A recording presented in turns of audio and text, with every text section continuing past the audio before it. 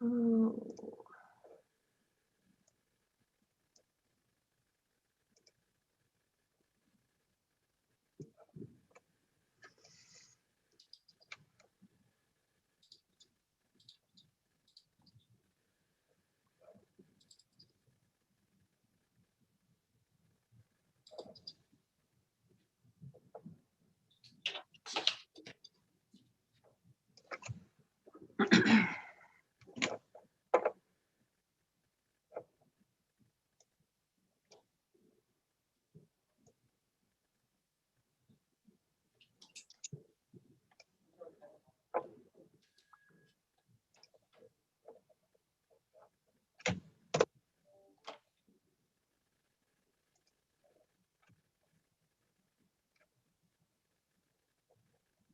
All right. 1:30 on the dot. I see more faces than I don't. What do you think, Ms. Mueller? Should we welcome and intro folks? I'm trying to count to see if we have a quorum at this point. Okay. Just bear with me for just a moment. Sure.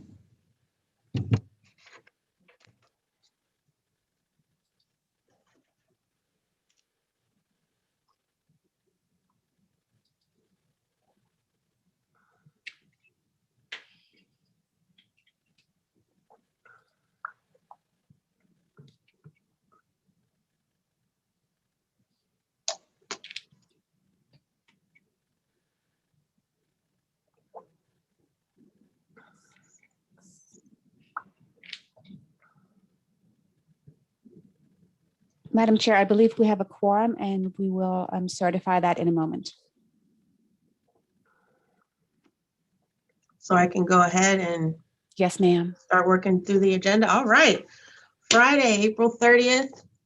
Welcome everybody. It's that time again. 2 weeks later, we're reconvening our CVTA Regional Priorities Subcommittee.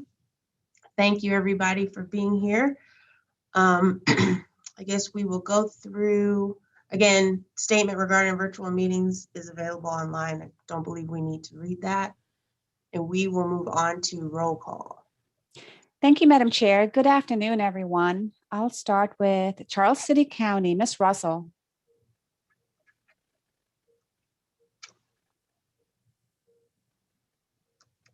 I think Ms. Russell is in attendance today. I'll move on. Chesterfield County, Ms. Smith. Here. Chair Walker. I'm here. Goochland County, Mr. Coleman. Here. Hanover County, Mr. Vidunas. Here. Henrico County, Mr. Yor. Here. Ms. Smidler. Here. New Kent County, Mr. Stouter. Here. Miss Leduc. Powhatan County, Mr. Pompey. Here. City of Richmond, Ms. Clark. Here. GRTC, Ms. Torres. I think she's trying to connect with her audio. Plan RVA, Mr. Parsons. Here. Mr. Ariel. Here. DRPT, Mr. Brule. Here. Ms. Dubinsky. Here. VDOT, Mr. Mann. Here. And Mr. Riblet. Here. Thank you. That concludes the roll call for attendance. And Madam Chair, you have a quorum. All right, quorum is ready. Okay, so we are moving on to consideration of amendments to the agenda. If anybody would like to add anything to the agenda today, speak now. All right, and now I will be looking for a motion to approve the summary from our last meeting on April 16th. So moved. Barb Smith. Thanks, Barb. Second. This is Andrew Pompey, a second. Thank you, Andrew. Everybody, I guess we just say verbally in favor of approving the summary. Say aye. Aye. Aye. Great. Anybody opposed to that? All right, and then that moves to public comment period. Any known comments come in that we need to review? Madam Chair, we have not received any requests to address the subcommittee today. All right. All right, that takes us to the bulk of our meeting today. Let me get share my screen. How do I want to do this? Screen 2. Everybody can, I hit share. Uh-oh. Everybody can see that? Yes, ma'am, we can see it. I can see it.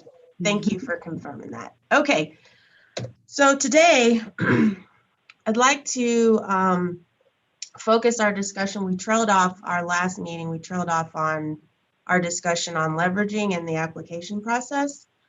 So I think the bulk of our meeting today will probably be spent having some more open discussion and digging in a little bit more on these topics. But I do want to lead off with the evaluation measures, where we last left our next steps on determining how to evaluate the benefits from our list of eligible projects, and then get into the leveraging application process and touch on schedule. So where we left off last meeting was, again, we did the good work of figuring out eligibility, and now we need to make sure we know how we're going to measure the benefits of those projects per the code, and then eventually consider costs related to those benefits. So we had talked about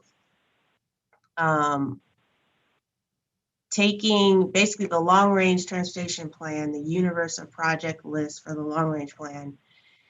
Chet and Sulab and his team and their team are working on scoring those projects, measuring the benefits of those projects using a combination, essentially the smart scale measures with some modifications. And they clarified at the last meeting that they're using their own data sets and some different tools than how the smart scale process actually uses. But they're in the process of scoring universe of projects. So we had talked about taking our regional project list, our non-binding list. All the members submitted, most of the members submitted what they felt were the top regional priorities, these 15 we see here. So we had discussed, okay, well, it's probably easier to have a informed discussion when you have a sample set of measures to review. So we said, okay, let's take some subset using this regional list from the long range plan that's currently being evaluated and review those scores.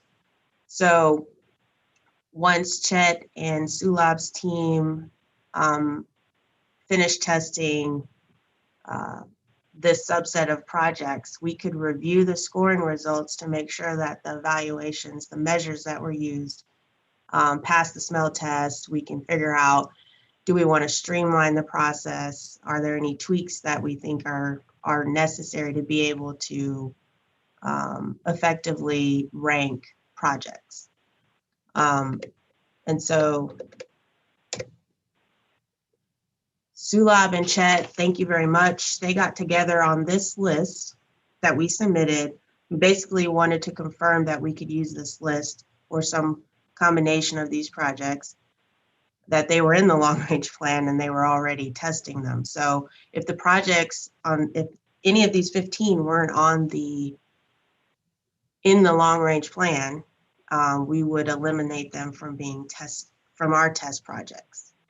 And then there were some projects in this list, the 15 we're looking at, that were a little vague, I guess, in terms of scope, or could be very large, like the overlap set of projects. So Sulab and Chet took a look at this list and compared it to the long range plan universe of projects list and came up with a set of projects that they proposed we could use as our test set of projects. And Chet and Sulab are estimating that they would have the results of the testing for these projects middle of May or so. So keep that in mind, because we'll have to talk about schedule here when we wrap up. So I just wanted to review this list with everybody. So you guys are aware of kind of where we're going to pick up middle of May. So the 15 projects that we all submitted as a region are in the second column in black. So all the text that's in black, these were the 15 projects. We did add, because most of these were highway projects, we had a couple of edits. Joe, myself, Chet, we talked about it, and we broke up the Fall Line Trail into two projects that we would use to test, because, you know, Fall Line is a huge alignment or a lengthy alignment. So we decided to break it up into 2 bike ped projects to test. And then we added a second transit project to test. And then I will point out, as you move through the columns based on our criteria, all of these highway projects, these interstate and freeway projects are in based on our criteria we set up. Limited access roads are in, so they were all eligible. And then we had a few arterial projects that made the regional list, our test list. And based on the ADT thresholds we set up of 20,000, Arthur Ashe Bridge replacement and Hull Street met that, but, oh, I met that. So this should have a yes, sorry, you guys.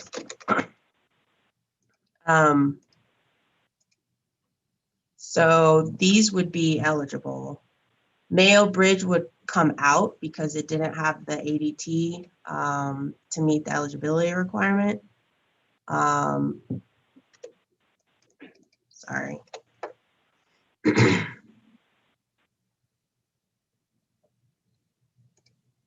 And then we have some, and then bike ped and transit were already in based on eligibility. So the 3 projects that you see in red were actually not in the universe of projects.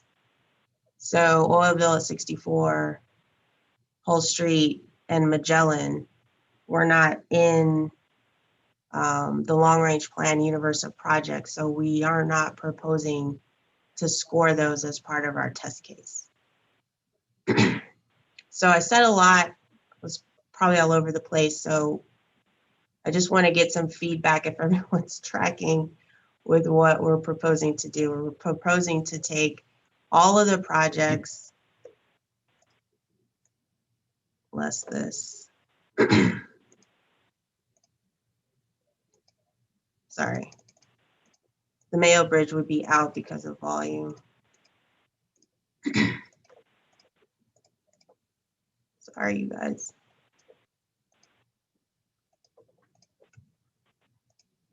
So all of these projects that are in white under include as a test project, we would review the scores that came out of the long range transportation evaluation. So we end up with 1, 2, 3, 4, 5, 6, 7, 8, 9 highway projects, 2 bike ped and 2 transit projects. We don't have any rail projects in here as a test case. So I guess, yes, ma'am. I'm sorry. This is Dirana. If I could ask a question, please. Sure. One, just starting with the Fall Line Trail, the ones that are being tested, did we want to include some of the rural type fall line to just see how that would test in the test projects, being that sometimes with the economic development or just some of the factors say that was in smart scale, that we're kind of checking that how it's kind of going to work in this test process to kind of see how it would fare.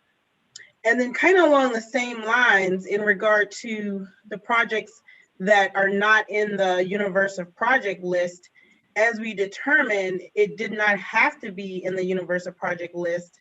Sure. I thought we determined that, and that it could be included in the long range transportation plan if selected. So then I think that seeing how potentially even one of those projects would score could be could also be helpful as we look to make the determination on kind of like our next steps. And even with and then lastly, specifically to Richmond, I'm not sure what, and I meant to follow up with it before, but exactly the ADT number, where you were getting the ADT number for the Mayo Bridge, because we do have it coming in higher than the 20,000 threshold. Okay. So I did want to follow up on that as well. Okay, so let's do Mayo Bridge first. That ADT was from the VDOT 2019 count book. So if you have actual counts that show it's greater than 20, I open it up to the group. I would propose that should be acceptable as meeting the threshold if they have actual data to the Yeah, I contrary. can give you the data. And then lastly, I almost forgot again, I'm sorry, about maybe including a corridor statewide significance as being scored as well. Just trying to create, I know that this is a sampling of what we want, but I think that as we're looking at the start of the process and the types of projects that may go through it, it just may be a great opportunity to also see what those, how they yield out of the scoring process as well.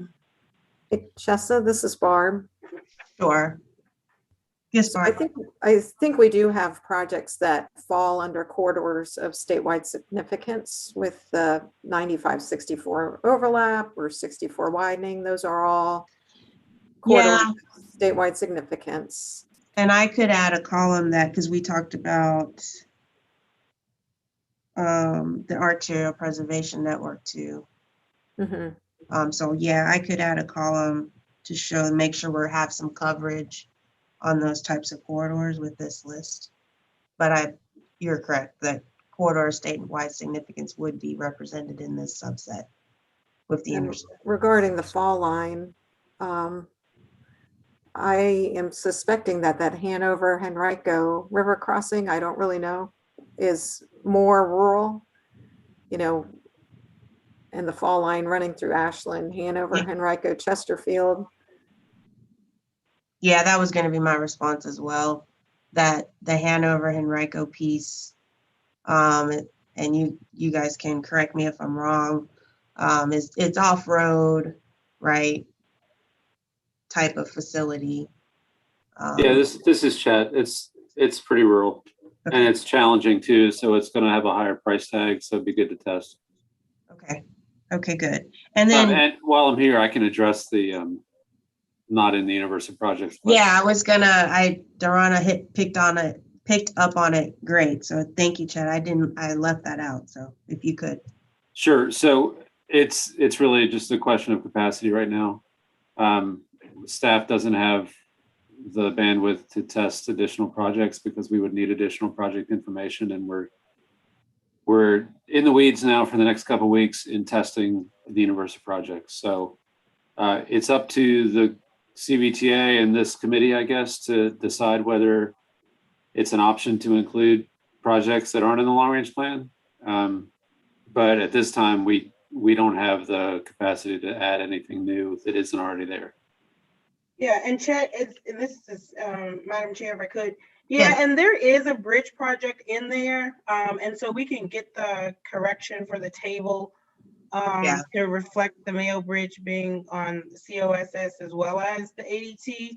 Mm-hmm. And then I think we would be okay with just being able to test the bridge type with the North Arthur Ashe project to accommodate staff's time. Sounds good.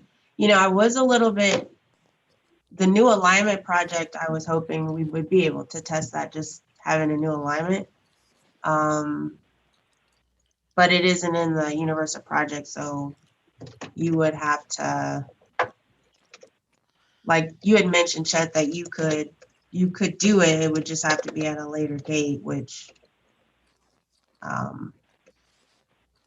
wouldn't benefit. Right. It may be worth talking to just having an offline conversation with Henrico about project details, and we can see if it could be added in later after we do the first round.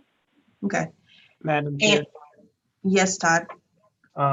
Yes, thank you. I think that's probably a good idea, Chat, because this won't be the one and only kind of new alignment Right. type projects that we'll likely ever see, because it's really anything that's economic development related that needs additional access on the regional level will likely come back to this group. So I think we're supportive of including it, maybe in a later analysis. That I think that could help inform the group on similar type projects in the future.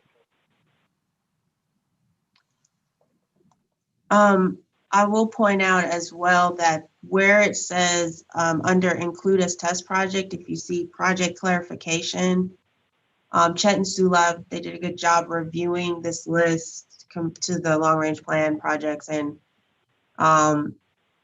some of them, like the overlap projects, have some safety type projects, ops type things. So they went and picked out SN 61, which I believe is like what you state need in the long range plan universal project list. They picked a project, I believe that's the southbound 95 to westbound 64 ramp improvement, interchange type improvement. So they tried to pick a project that was in the universal projects that was in Bryant Park interchange. Sorry, I said 61, I meant 64. And a project in the overlap, I believe they picked exits down by Broad Street in the overlap, as that's SN 61. So they went and picked out projects that they thought were most applicable to the Commerce Corridor Study rec, because that's a suite of improvements as well. And then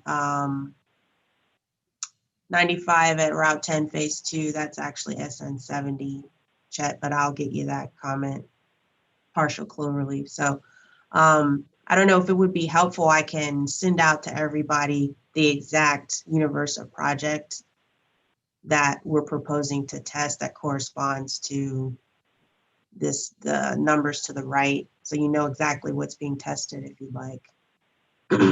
Hey, Chessa, Sure. regarding the new alignment, Yes. in the universe of projects, there's no new alignment project that's kind of comparable that we can use instead. That's a good point.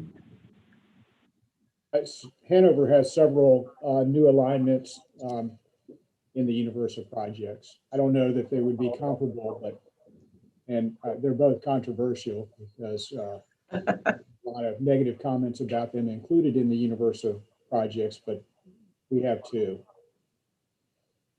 Okay, well, maybe Chet and Sulab, let's get together, and Joe, let's see if we can look at 80, see if we can figure out a new alignment that might meet the ADT requirement, or we can come up with a justification to select one so that we aren't delayed. That would be good to have while we're evaluating all these other project types. Sounds good. Okay. And can I go back to one more thing, Chessa? Sure. So Dorana, I think, made a good comment about the ADTs. We had initially, when we set up the eligibility, we were going to base it upon the latest VDOT counts, which are 2019. That way we had uniformity and everybody was using the same data set. But I do think it is reasonable if there is a valid traffic study. I mean, more than somebody saying on the side of the road, but actually a legitimate traffic study of some type that that could be submitted in lieu of the 2019 data to support inclusion in the list. I agree. I think that makes good sense, especially since a lot of the count book volumes, a lot of those are grown, from a previous year. So if you actually have a count data to support it, absolutely. Okay. Anything else? Yes, sir. Can I clear Yes. one more thing before we proceed? Sure. So the bridge projects are there in the universe of projects, but we are not scoring bridge projects because it's a maintenance and preservation type of projects, and it won't score good because if you are just replacing the bridge without changing capacity, basically the congestion or the accessibility is not changing. Similarly, Smart Scale doesn't score bridge projects. It's done in state of good repair, which has a totally different approach of scoring maintenance and preservation related projects. For us, since long range transportation plan is looking at all different fund sources, so we are just listing those projects there as in the universe of projects. We are not actually testing it. We'll fund those based on the state of good repair funding available from now till 2045. And I hope, because it's a long time, all of those projects would be eventually funded. So we're not scoring any bridge projects. Okay, so that's a good point of clarification. So bridge projects won't have a score. So we're just saying how are we gonna rank bridge projects? If we don't, well, they have the. We gotta figure that one out. Yeah, sure. we do. Good point, Sulab. That one just went right by me. I wonder if we could be using the, sufficiency ratings or. Yeah, that's some true. combination of volume and lanes, like a VC ratio, sufficiency rating. I'm not sure. So Barb, sufficiency rating is absolute now. They don't use that anymore. The bridge to qualify, it has to be structurally deficient. Yeah, I'm sorry. I Yeah. get those mixed up all the time. Yeah. So I think it's structurally deficient if it's in universal projects, or it's going to be structurally deficient at one point. So as you mentioned, the state of good repair looks at 5 different things. It's the ADT, the detour route, how long, if the bridge is closed, they look at the detour route as well as one of the importance of the bridge. And they have 5, I'm forgetting at this point, but they have 5 different, totally different type of scoring criteria for the preservation type of projects. So that'd work.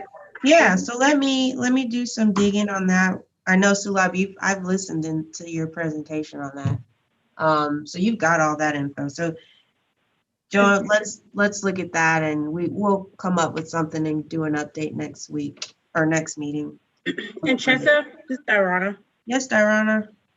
Just having been on the CVTA meeting this morning and hearing Kevin Page with HR Tech, maybe there is some scoring information that we could get from our partner authority agencies on bridges, and he presented a lot of bridges that they worked on. And of course, a lot are new, so it may still be some of the same things that we have. That Sulab was talking about, if not adding capacity, but there may be another source where we could get some ability to rank or score the bridges. Yeah, we actually owe the group an overview or some nuggets from some of the scoring from the other authorities. So we were pulling that info together. So since next meeting, middle of May, when Sulab and Chet have some draft scores for this subset, we can present some of that information on how the other authorities, what measures they're using to score different types of projects, and kind of do just a look-see at that too. So thank you, Dirana. That's a good idea. All right, so we've got some, and I made a note. I'm going to circulate again. I'm going to circulate what the corresponding universe of project is for some of these more broad scopes that we provided on the left. Actually send the list out of what is being tested, so you guys know what the scopes are. All right, anything else with the testing? I think the testing is going to be really helpful because it's hard to wrap our brains around the measures and all of that, but if we can see how they score using that full list of measures and make sure it makes sense to us intuitively, or if it doesn't, what we think we can do different. I think that'll be we'll be able to have a more productive conversation about evaluating benefits. So thanks to Chet and Sulab. Yes.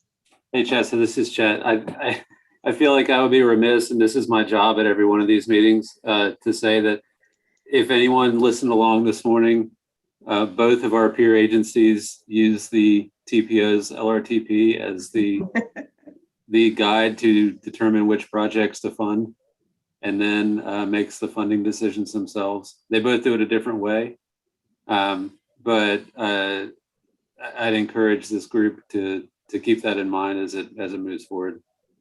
Yeah, We like streamlining the process. Yeah, I mean, and it may shake out that because of the way we've constrained our project list, and if we all agree that ranking them by project type gives the full authority to decide which projects by type they want to fund, that may be enough to mitigate some of us locals' concerns about some of our gripes with Smart Scale, knowing that that's the basis of how you guys are measuring benefits. So, And Madam Chair, this is Diana. yes, Diana. And just Chet, to follow up on Chet's comment, I would have to also state that to keep in mind that NVTA, the authority, is the TPO for Northern Virginia, and thus the process that they make for themselves is then the long range transportation plan. And so I think that that's the slight difference, you know, with the CVTA and then Plan RVA. Yeah, if anything, well, no need to speculate because we'll get there. But if there's a way, Chet, to make it easier for you to score less measures, then that's a benefit too to delivering this, you know, the scoring. So, but we'll wait and see. If there's any other comments on what we'll be doing in a few weeks, looking at results from these scores. It's kind of the update on where we left off there. So I've got finding a new alignment project. We'll circulate the scopes. We'll figure out, be thinking about how we want to score bridge projects. We'll fold in some tidbits from the other authorities and how they're scoring projects. We'll roll that into our next meeting. All right, very good. Hey, Jessa, just so you know, 30 minutes. Thank you. Perfect. Right on time. All right, leveraging. So I wanted to dig into leveraging a little bit more. We kind of just talked about it pretty quickly last time. So I'm asking the question to the group, which is what we're tasked with in terms of process. Leveraging considerations. Do we need to set some guidelines? We talked about do we want to come up with a limit on how much CVTA regional funds could be used for any one project? Do we want to limit that amount and then sunset, what kind of timeline limitations do we want to establish? So I think as a group, we can kind of talk through this, and I threw out the two questions. There are probably some other considerations. Before I open it up, I wanted to provide the context, right? Again, regional context. So I just went into the long range plan, pulled out everyone's and understandably best guess, right? The estimates that are in the long range plan. Some are more informed than others, admittedly. But if I just sum up those projects, taking out the ones that weren't in the long range plan, $675 million, and CVTA regional funds are projecting 60 to 70 million a year. So I'm again providing that as context for conversation. I also have Barb and Jennifer DeBrill did a great job pulling together I have some information available if we wanted to look at any of it. What are the matching requirements by funding source? if that would help with some of the leveraging considerations. And then I did a quick look at smart scale leveraging trends that I can show everybody. It's not, upon my quick review, it was a little all over the place. I'm not sure that you can glean a lot from it, as Joe, we had talked about. But I do have those two pieces of information to help with our discussion today. So should we just go top down, the third bullet maybe as a starter?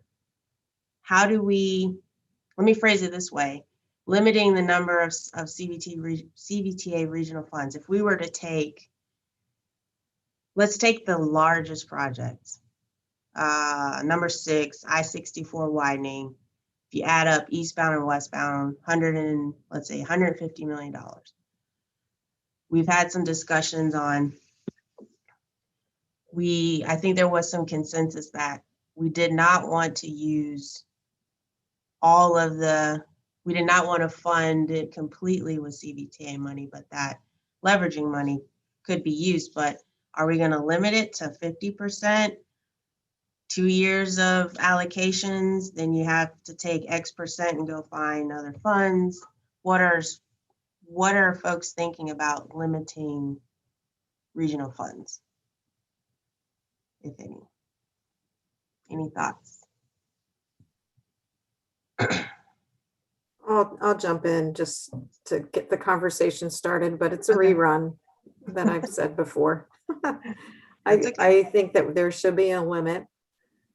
2 years of allocation is a good starting point to discuss.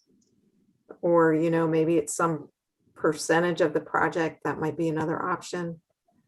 Particularly for interstate projects, I would think that there should be some state participation in those projects that really benefit not only our region, but interstate travel. Okay. I can show you guys what smart scale, again, I'm just trying to give y'all nuggets to kind of help formulate this, but I can show you real quickly. Let's talk about interstate projects as an example. So all 4 rounds of smart scale, 1,500 applications submitted, 1,200 highway applications. 400 of them had some leveraging dollars in the application. The other 800 did not. If we look at, so what I did was I took out this summary, I took out any projects that leveraged over 120 million because that's 2 years of allocation for us. So I felt like the tunnel leveraged 3.4 billion. So that would throw off some of these averages. So I took 17 projects out because they were leveraging 120 million. I can certainly rerun it however I can slice the data however y'all would like me to for the next meeting. This was just a first cut at it. But for highway projects, of the first table at the top, these are funded projects that had leveraging. So these projects added some money and were successful in getting smart scale funds. So 157 projects were successful, but the spread of it, right? 74 million was again, under the 120 that I pulled out. 74 million on the high end, 7.8 million on average. What was successful, but when you come down here, the number of funded projects that did not have leveraging on it, these projects were not funded. Not funded. Yeah. Hold on.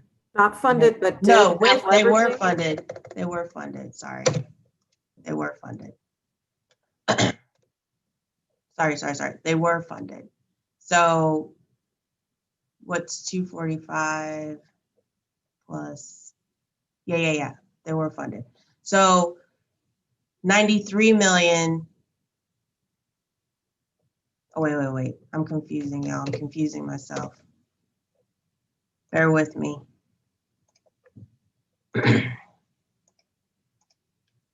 Funded projects and not funded. Okay. So bear with me. Funded projects with leveraging. Yeah, not funded. With leveraging. Yes. Thank you, Barb. Well, you're not here to keep me straight today. All right, let's do that again. All right. So these projects were funded and they had leveraging. 74 million on the high end, 7.8 on average. Highway projects that were not funded and they had leveraging. So look, someone put 93 million on a project and still didn't get funded. You know what I mean? It's and 9.3 on average.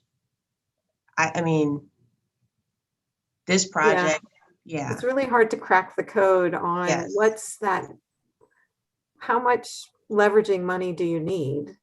Because It's a moving target because your competition changes every year in smart scale. That's it. That's it. It's whether you put, I think if you were to put 99% of other funds on a project for leveraging, then you've got a pretty good guarantee. Right?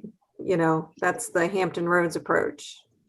Yeah, and I suspect that this $93 million project, the cost must have been, or maybe the cost was just so outrageous. But I don't know if there's anything else. I mean, I'm open to suggestions on how to slice the data. I have it all, but I'm not sure what we can glean from it because, like Barb said, the projects change. One thing we did talk about at a previous meeting was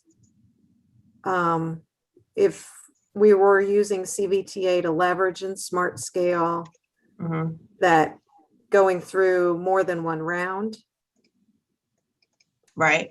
To see, maybe you go through one round and you find out, you see where the project ranks.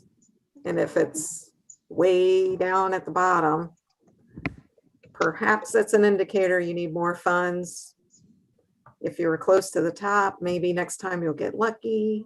But again, I think we saw with the 64 project, and wasn't that the one where, and that wasn't leveraging, that was just scores, like round. Oh, yeah, it dropped. Yeah, round 3, it didn't look so bad. Round 4, it really looked bad. Right, and the cost was not much different, I bet, right? And the benefits didn't change, right? It was the same project. Cost was the same.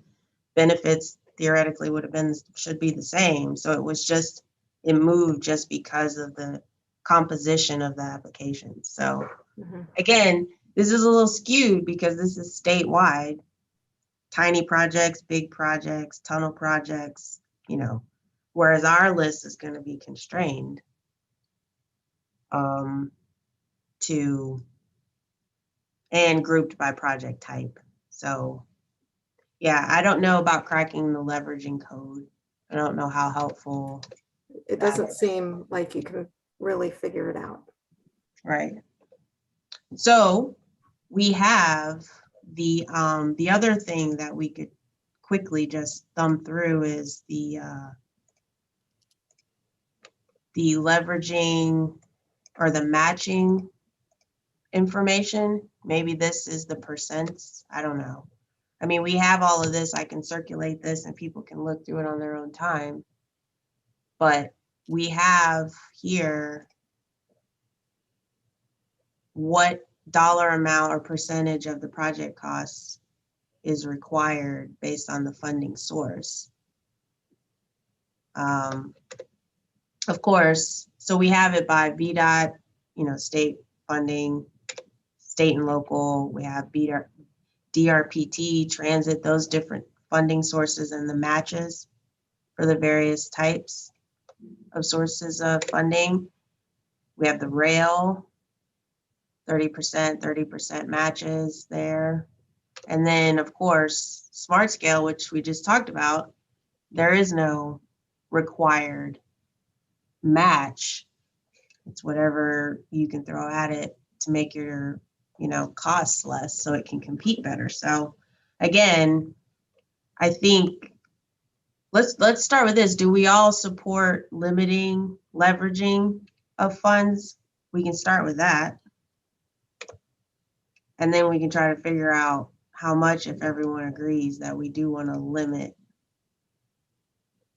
the amount of funds, regional funds that can be used for any one project.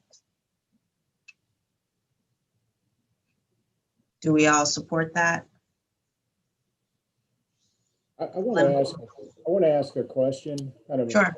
open-ended. So if going back to that interstate example, the 64, for example. So if we did come up with some criteria that called for leveraging, so where would those leverage funds come from? Would it likely be smart scale? And would it likely be the district component of smart scale? And I don't know, but I think that's the case. Somebody correct me if that's not. We were talking about But- using CVTA funds as leveraging in the smart scale process. So then it would compete in whatever pot based on who the applicant is.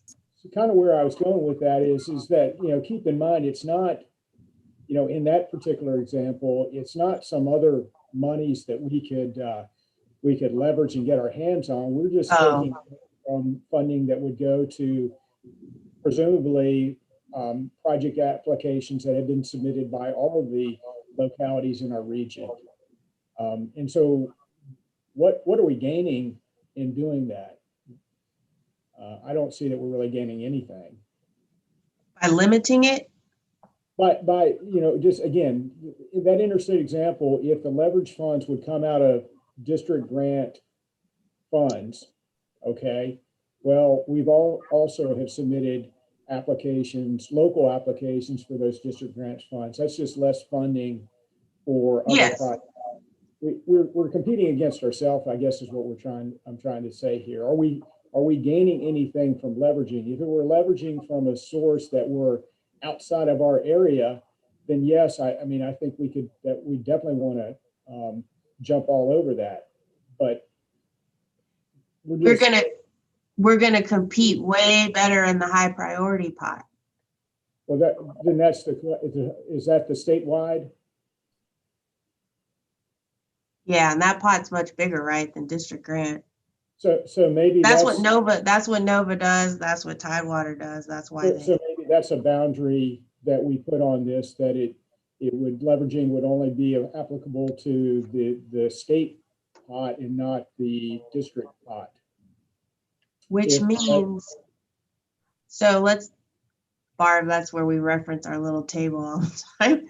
So that means that whether a project is eligible for the high priority pot is based on who submits it, correct? Mm-hmm. Which Right. means, yeah, So- so go ahead. How come I can't remember this? I know, we do this every time. I feel like we should. I think then it's got to be submitted by the TPO to only be eligible for high priority. Wait, I've got it. I wanted to think a little bit about Joe's point about district grant and competing against ourselves with district grant. Mhm. Because I don't necessarily want to write that off quite yet. I want to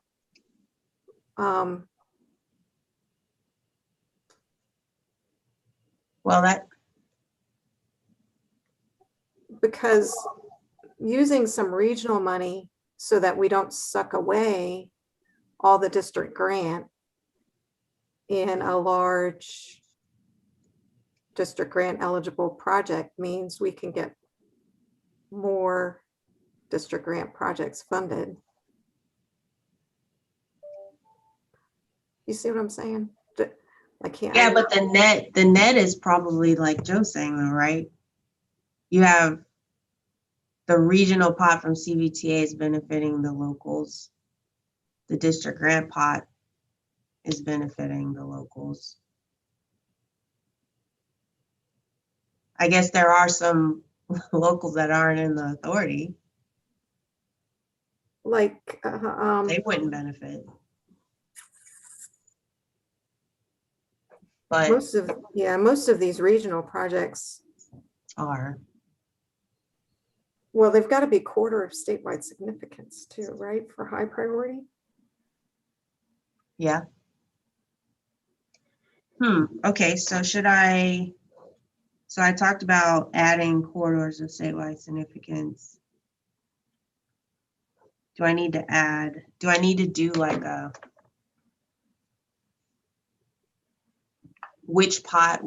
what would be required to submit these projects in the high priority pot, basically? Might be good to kind of know that, I guess. Because we would be competing against ourselves, right, with the district grant pot. Let's talk about Magellan, because that one is more district grantee than some of the others.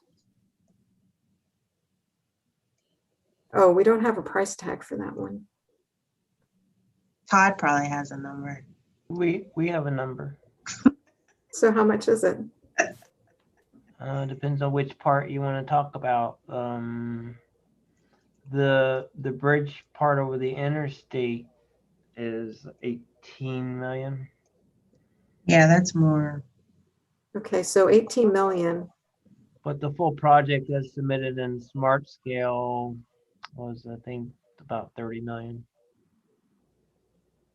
So We the leveraged. options would be Henrico could go after district grant money for all 30 million.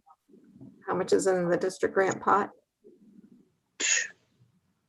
I don't remember, but I could pull it if we. Well, we tried it 3 rounds of Smart Scale and it didn't work because Smart Scale did not consider future traffic volumes, and we didn't have a zoning approved on the site, so it doesn't fit the Smart Scale There you go. criteria. See, that's what's going to come out. Interesting. So even leveraging wouldn't help that one.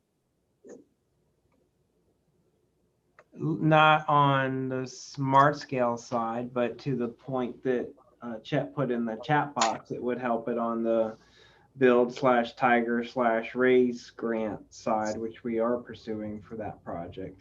And there's not you can put as much regional or local money on that as you want. There's no set number, but I think there might be a set number minimum, but you generally want to put in more local regional money than the minimums in order to score well.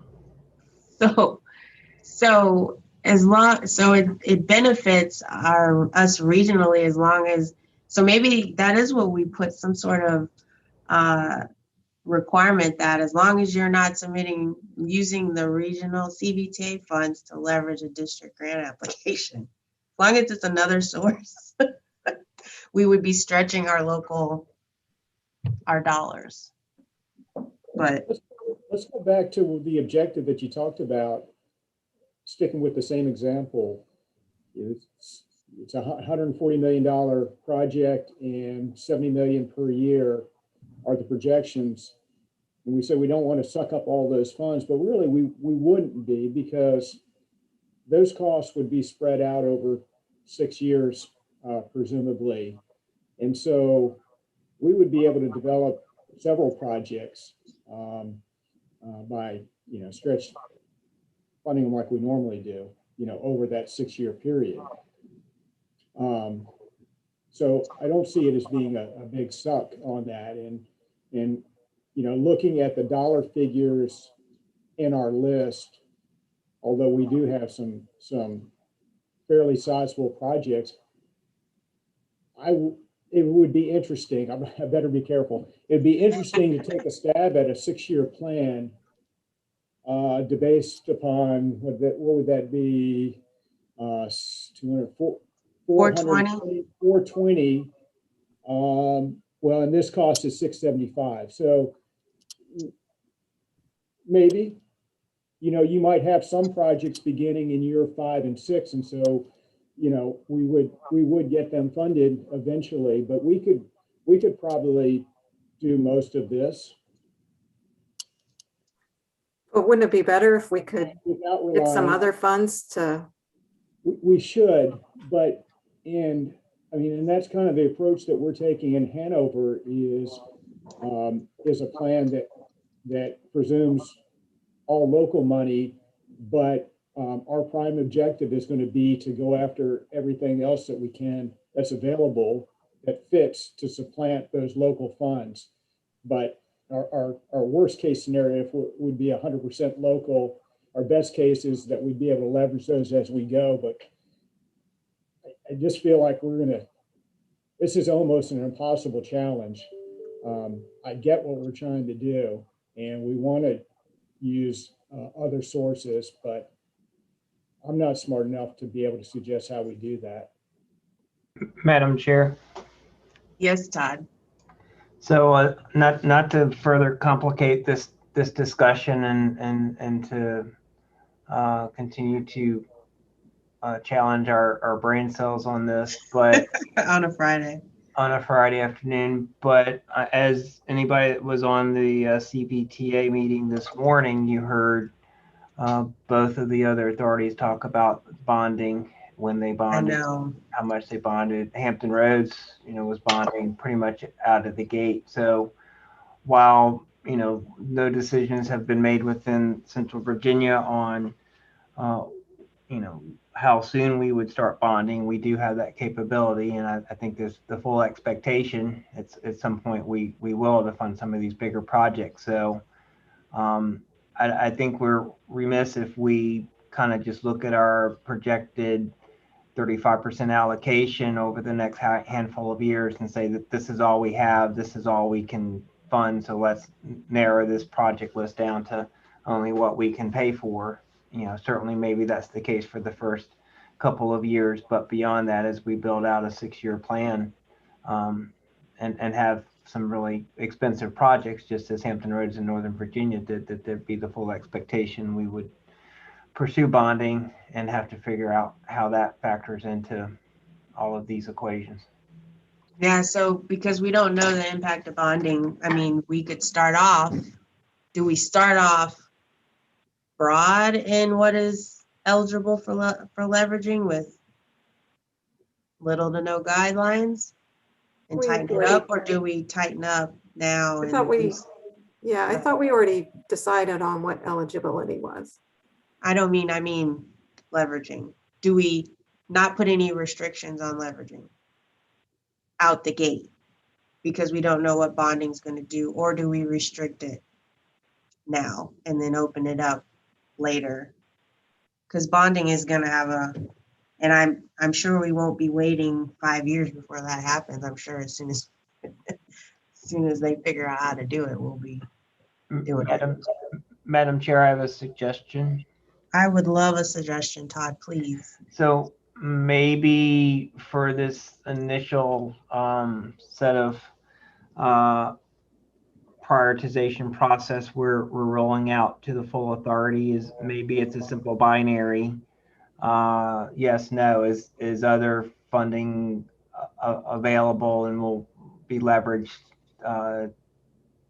against this CVTA regional money versus not, and that helps inform the board when they're looking at these list of projects in the different categories, and they can see a project and say, oh yes, there's plans to leverage this, and certainly that can be quantified as part of those discussions and conversations with the full authority as they move forward with picking projects, as opposed to a project on the list and there's no thought or no plan to leverage any other money, and then you look at the price tag and it's kind of becomes more subjective at that point from their standpoint. But what I'm hearing is they want subjective to a degree, and at least initially. Right. Thoughts on Todd's suggestion?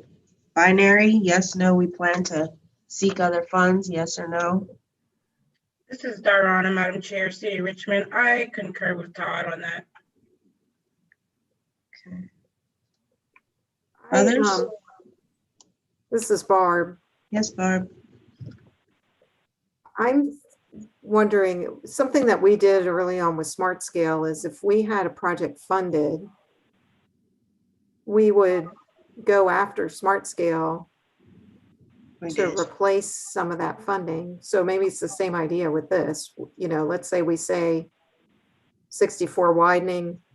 We know what the cash flow looks like. We know when to anticipate the Smart Scale money. And we say, all right, we're going to pay for PE and right of way. And that's going to be our leveraging money. But let's make an application for what we need for construction to see if we can get the Smart Scale money to replace that CVTA money and free that up. So to that, can I pile on to what Barb just said? So just skipping ahead a little bit. So in that scenario, what Barb said is, okay, CVTA, PE right away, we leverage that in the Smart Scale to get construction. Does that mean when we are ranking? That's not much money usually, though. That's true. That's true. Depends on the right of way. So when we do our ranking, when we do per the code, we consider cost to our benefit. Are we dividing by? Oh. Are we dividing by the total project cost? Are we dividing by? The ask is different. I think we would. Yeah, I think we'd have to do total cost because we would be committing to the CVTA. But you know, Mr. Brown very regularly, consistently emphasizes that his desire with this authority was that we would be able to compete better in Smart Scale. Yeah. And Chessa? Yes, ma'am. To what Barb was saying, and then back to really some of the the constraints for the leveraging. I mean, just combining, saying, for instance, the project cost. So a project that would cost 75 million or more, then that should be PE only, as far as maybe the eligibility for the CVTA. And then I don't know exactly if then you should use only, I understand the benefit cost when it comes to looking at the total project cost, but then that statement still of what you are requesting from the funding source that you're asking, like what does that do really for meeting the intent of the legislation versus the traditional intent of, okay, the total cost of this project. And then, because technically you're only asking for a certain dollar amount from the funding entity that you're asking it from. That's right. Yeah, that's why I was thinking if the authority is open to subjectivity, then we could, you know, we could rank our projects in a number of ways to give them other data points. I just don't want it to be too confusing either, but you know, you could rank projects by category just straight off benefits. You could then have another ranking when you factor in total cost, then you could have another ranking based on the actual ask if you're just asking for PE and right away. But you know, that's 3 different rankings and then it can get kind of busy. So I'm not sure what the balance is there, or I can see a diagram with overlapping circles, and whichever ones get in all in the middle, those are the winners. yeah. Do we want to move as many projects along as possible, or do we want to knock off half as many and get them done? Like, you know, we can move a ton together if we go leverage and we seek out all these other funds, or we can just pile our money, like Joe was saying, lay it out for however many years and you can knock off however many and just, I mean, and then there's a balance, a combo of both of those approaches that I think we've been trying to figure out. But, and then you have bonding, which we don't know how that's going to impact all of this. So understanding that everybody wants to get to these regional funds and start getting things done. I think we've kind of done this on all the possibilities, and now we got to figure out where we're gonna land with our recommendation. So And we have been focusing a lot on smart scale, but those other Yeah. programs with defined match amounts, mhm. you know, revenue sharing is a great program, is as long as you can get some, you know, new stuff, right? Their priority Yeah. is to fund the existing, you know, keep funding existing revenue sharing projects. So sometimes you can't get a new project funded in that program, but 50% go halvesies, that sounds nice. Yeah, which would, of this list, would revenue sharing right would probably be the one, given our list of projects. And I mean, TAP's probably too small. You know, these other access sources are probably too small. Yeah, those aren't very, I don't think you'd see too much regional stuff in that, or the right size regional stuff. Like you maybe a fall line trail, but they're probably all cost-wise too big. Yeah. I really don't like the idea of using revenue sharing for this purpose, just because it localities, at least ours is, so dependent upon that, and those funds are so limited that I hate to see us lose that ability. Yeah, that's true. And then I think Chet, somebody put in the chat, you know, these Tiger funds. Does anybody know anybody that's ever received a Tiger grant or a build? The build is, I guess, the new one. Just the city. Those things are just so, well, my opinion is they're not worth the effort. Yeah, a lot of effort. That has been my conclusion. Unless you have the governor behind you on those, Yeah. it's hopeless. So we'll let you know later this year. Oh, Good luck. that's luck. right. Wow. Okay.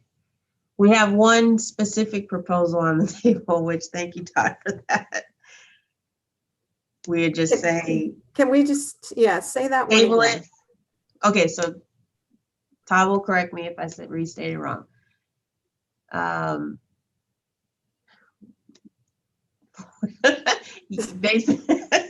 Basically, you would submit an application for regional funding for a project. And I'm assuming, Todd, you were saying you would ask for the full amount, but then you would also have a note that said you intend to seek other funds, yes or no? I think that's half the question. I think the other half of the question is, do you already have other funds committed to the project, local funds in some form, other grants, and you're just looking to fund the balance or part of the balance out of CVTA regional? Because I think that's another question, another answer. Right. So if we went down this list of 15, if Goochland wanted to do 64 Ashland for 23.8 million with CVTA regional funds, their request would be 23.8. Unless they had other funds, they would state that. And then they would also state whether they plan to seek other funds as well. Right. So maybe it's 2 columns, other committed fund or other funds, other leveraging of funds. Committed is 1 column and uncommitted but anticipated is the 2nd column. It's a yes or no. Got it. And we can always expand on that later and Yeah. put more criteria to it, but maybe initially we're overthinking it because there's so many other considerations. Yep. Yeah, I feel like we ought to just Leave it there. close our eyes, jump, and see how that works. Yeah, and I think when we have some scores here and we see how things rank, and then we can test some, if you had this much, you know, but again, it's all, like Joe said, you really can't crack that nut. But if we're all agreeable, we can leave it at that again, given the unknown of bonding, and that's really gonna shake things up. Do we want to say something about district grant? So I was gonna, for the next meeting, added to this table, to our little subset here, was gonna add in, I can do the smart scale overlay for for these projects. What do they meet a need? What need, and then who would have to submit them for them to be, I can do a eligibility overlay, a smart scale eligibility to this. See if that adds any value to the conversation. So just so you know, it's 240. Okay, thank you. That was some good discussion on leveraging. I think we got in the weeds and maybe now we're pulled back out, so that's good. Okay, so I'm gonna move on unless we have some other thoughts on leveraging. We'll pick it back up at the next meeting, of course, but that was good. I have some action items of things to work on in between time, so. All right, so this is always, I think the next topic was just the application process. First bullet, again, maybe we don't need to get into the weeds of any of this either. Well, the second bullet, we probably do. But the first bullet, anybody have any thoughts on how often people should be allowed to seek the regional funds? And again, smart scale, we've been talking a lot about that because it's the biggest pot on the market, right, for funding. So, smart scale's every 2 years. So should it be off cycle to that if people want to leverage the authority money for smart scale? So annual or biannual cycle to applications. I didn't know if anybody had thought this far ahead, but I like annual. every year. Okay. Any others? Madam Chair, Yes, Tyrone. this is ironic. Yeah, I agree with annual. And as far as the smart scale, there may be some procedures that we can put in place that if, a project that was granted money from the CVTA and it doesn't get funded by smart scale, potentially the money returns back to the regional pot. But, I'll take comments on that if there are any.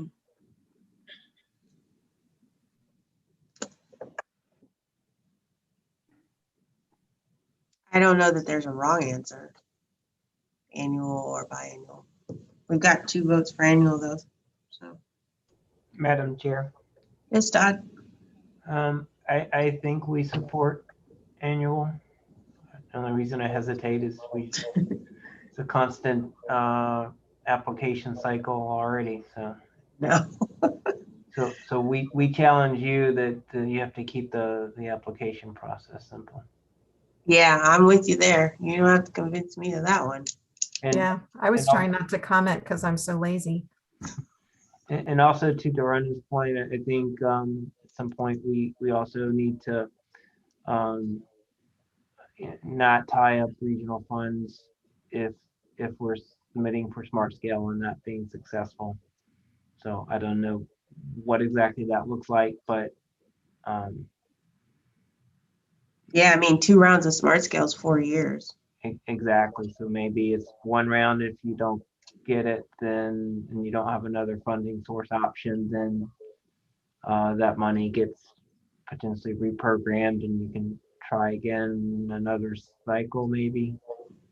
Haven't really thought that through, other than we know there needs to be sunsets on tying up the funding. Yeah, and there's the whole timing with smart scale too. Like if you got your CVTA money in year 1 and you started design Right. and you went after smart scale, which doesn't get programmed out until 6 years later. 5 years later. This might be another thing that just kind of comes out. in a Works its, wash. yeah, we probably don't need to belabor it, but yeah. Okay. What about limiting applications? If so, I have the voting, the CVTA voting weights up top there based on population. Then Smart Scale, which is also based on population, they just do thresholds, 4 and 10 based on population, or everyone gets the same amount. But thoughts on number of applications for the regional pod? Again, me personally, I like the idea of, well, actually, I'm not going to say anything. I'm going to wait. What are thoughts on applications? Yeah, so this is Chet. I mean, doesn't all this depend on, I mean, it's similar to what we're looking at, what we're doing with RSTP, but doesn't it depend on the size of the fund amount requested, and in relation to the availability? And I'm thinking, like, if going back to the first part, if you want to go to an annual cycle, there's going to be less funds available at any one time because you're committing them every year.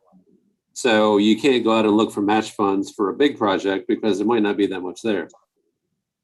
And I guess the second part of that is, how competitive do you want it to be?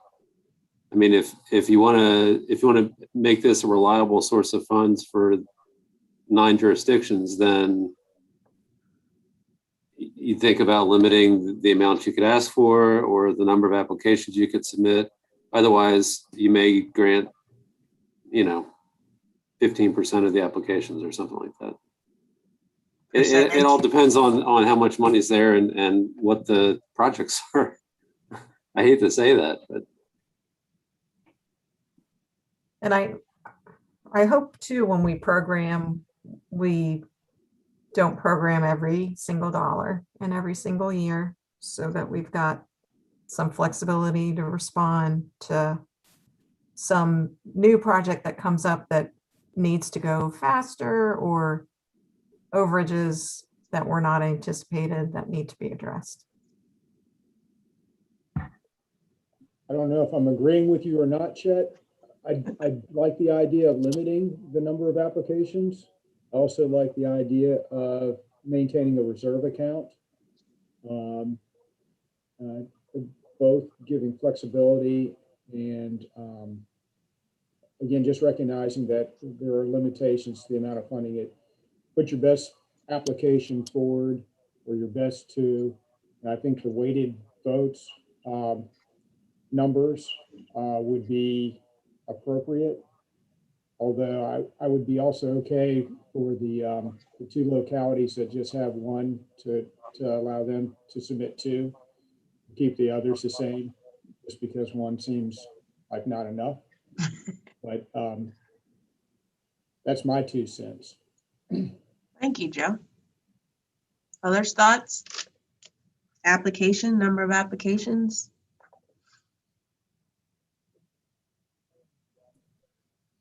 Maybe you multiply all those by 2.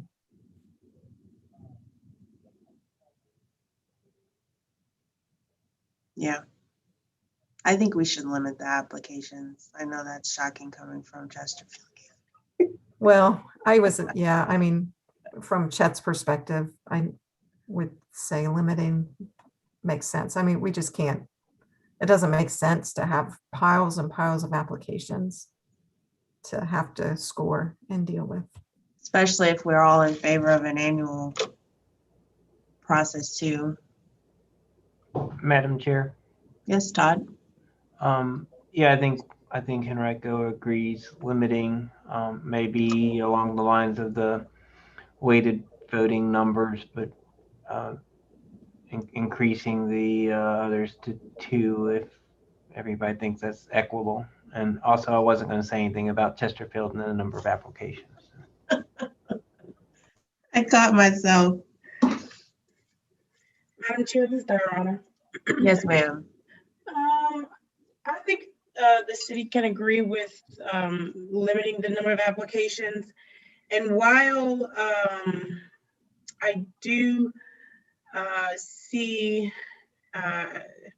some benefit in going along the lines of the voting structure, even in considering two, it makes me think about just kind of just think about that the regional funds are not proportionally distributed, and if we then limit the number of applications differently, unfairly, then, and not so much unfairly, but just based on, you know, the population, because that's what we would be doing. Again, I'm not sure just going with the true intent of this regional pot, but we do support limiting, and again, I do see what, you know, going along the way to vote lines, but I did want to make that statement in regard to you know, what some of the rules may say. And I don't know if any of them are on the call, any of the people who are the ones and potentially twos that may want to say anything.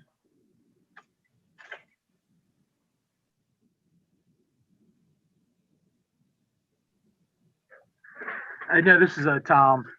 Yeah, I mean, just I think we generally support the idea of limiting the number of applications. Okay.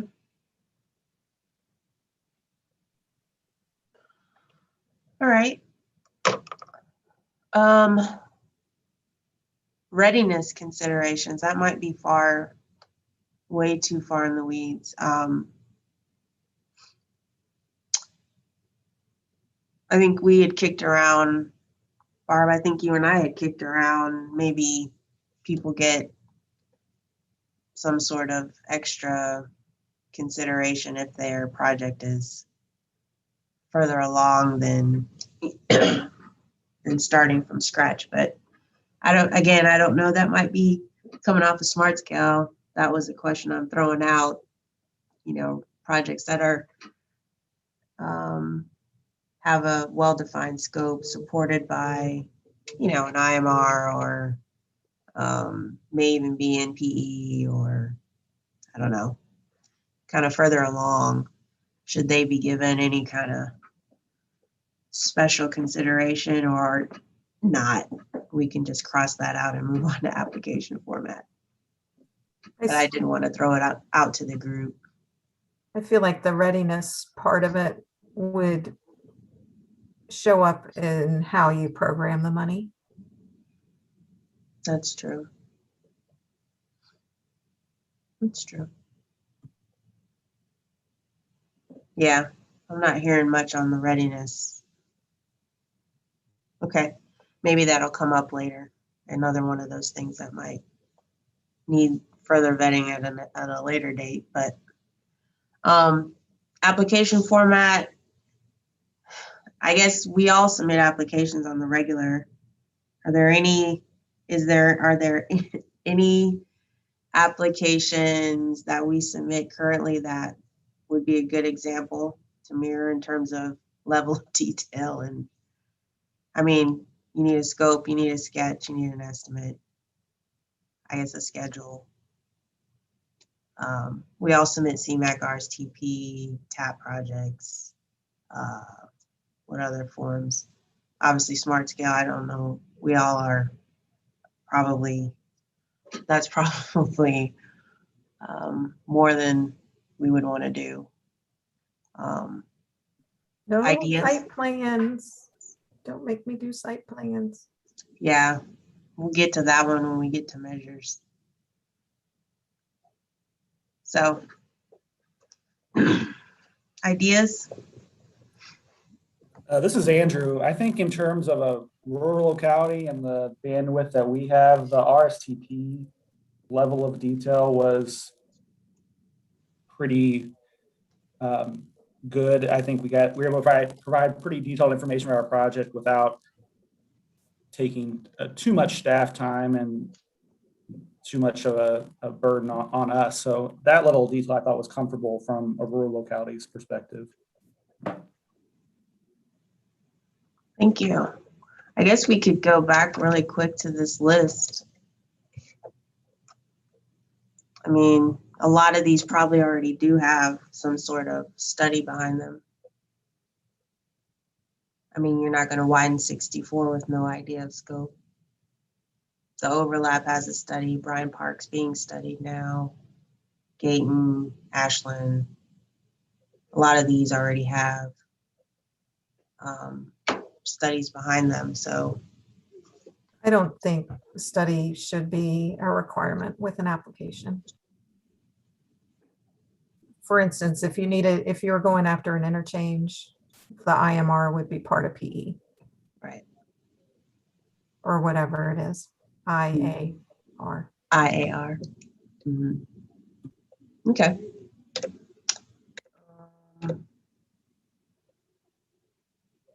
We can add some meat to that too, but it sounds like generally we're supporting a RSTP type of application, not too with not too many upfront studies and those kind. If you have it, great. If you don't, we would not exclude your application. Let's put it that way. That it would roll into PE. Okay. We're doing pretty good. Actually might be able to get out a little early today. So I was just going to move on to, I need some help with schedule. We are at April 30th. We discussed leveraging an application process, and we reviewed our subset of projects that will be tested. So Chet and Sulab, I'll check in with you guys. Mid-May is like right around the corner. So our next meeting, we really need to get into how we're going to measure benefits. So if hopefully you guys can hit mid-May, if not, then I don't know if we skip this meeting and, reschedule for the 21st in between, but generally I kind of ran this out from today saying, okay, next meeting, evaluation measures, if Chet and Sulab are able to have some results. I would assume we'd have a discussion. We'd have to meet again to refine and discuss and make sure we all were good. And then I was thinking, I assume that this process might take a couple of meetings, but we're meeting every 2 weeks. We're meeting longer. So I kind of ran out having basically a draft prioritization document ready for review by the end of June that would get circulated to TAC and finance, and we would come back and finalize it. But that would push us out to the full authority taking action in late August. So I think we have enough meetings in here to make this August timeline. We just have to use them to the best of our ability. I suspect we don't want to get too far beyond late August, getting to the authority with a recommendation on how to prioritize projects. So I think it's contingent upon this critical path here of Chet and Sulab being able to pull together some scores that we can talk from, and so that we can make some decisions. And again, it may all shake out intuitively and we don't require a bunch of refinements. Until we can see that and kind of all vet it together, I'm not sure. So I just went out another, through middle of July. So thoughts? Tracking okay? Looks good. Chessa, this is Chet. Can you clarify again what you mean by summary document? Well, I early on, I think I threw it out to the group. I assumed I'm asking the group, I guess we should talk about that, clarify what is our deliverable to the authority. Is it like a memo? that documents, here's the subcommittee's, documented process on how to rank, how to identify or eligibility score, some bullet points on our recommendation on how to do that. I thought it would be like a memo type document. Yeah, I think we do need a guideline. Here's the regional prioritization process guidelines. And then Yeah. very separately, we need to, well, I guess, yeah, we need them to say that they're okay with that process. And then right after that, We would open it up to projects. Right. Does that flow make sense to everybody? We work through this process, we get some guidelines documented documented in a memo. That memo circulates to everybody, the TAC, finance, and ultimately to the authority to say, yeah, we're good with this process, or go back to the drawing board. So Chet, that would be me, you, and Joe working on that document, which we can start getting eligibility documented now. We've already worked through that and kind of catch up the document to where we are right now. And then, so what will I do? I will put together an outline. We have our meeting minutes too, so I don't think it'll be too difficult, of what's been discussed to date. And then Chet, I'll probably need you and Joe to help me with that. Sure. And I think, if looking at this schedule, if we're looking at action in August, this actually dovetails in with the RSTP CMAQ application process. So if you immediately open it up for applications for this, there's a possibility of having similar types of procedures so that it's easier to understand, and you're not submitting wholly different types of information for depending on which fund you're trying to access. Yeah. Something to think about. And the timing of that would be great, end of the year, if we could open it up to projects, because Smart Scale is going to start in the spring Right. of 22.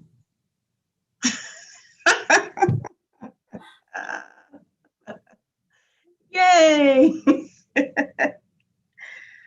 Okay, well, we'll track along.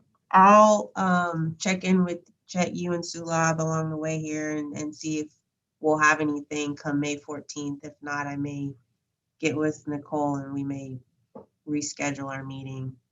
Because I don't want to keep, I'd rather have those results.